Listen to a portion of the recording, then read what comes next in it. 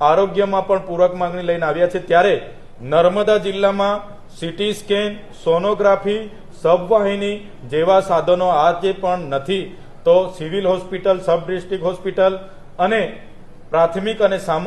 સામૂહિક આરોગ્ય કેન્દ્રમાં પૂરતા સાધનો અને પૂરતો સ્ટાફ ઉપલબ્ધ કરાવવામાં આવે એ આજે સન્માન્ય ગૃહમાં અમે રજૂઆત કરી છે અને સરકાર પર એ માંગ અમે કરી છે। એ જ પ્રકારે અંકલેશ્વરથી જે નેશનલ હાઈવે ડેડિયાપાડા સાગબારા થઈને મહારાષ્ટ્રને જોડતો નંદુરબાર બુરહાનપુર સુધી જાય છે, ત્યાં કરજણ નદી પર એક પુલ જર્જરિત છે એમ કરીને 8 થી 10 મહિના પહેલા માર્ગ મકાન વિભાગે બંધ કરેલો છે, જેના કારણે અમારા વિસ્તારના ખેડૂતો શાકભાજી લઈ જતા, કાચો માલ લઈ જતા એમને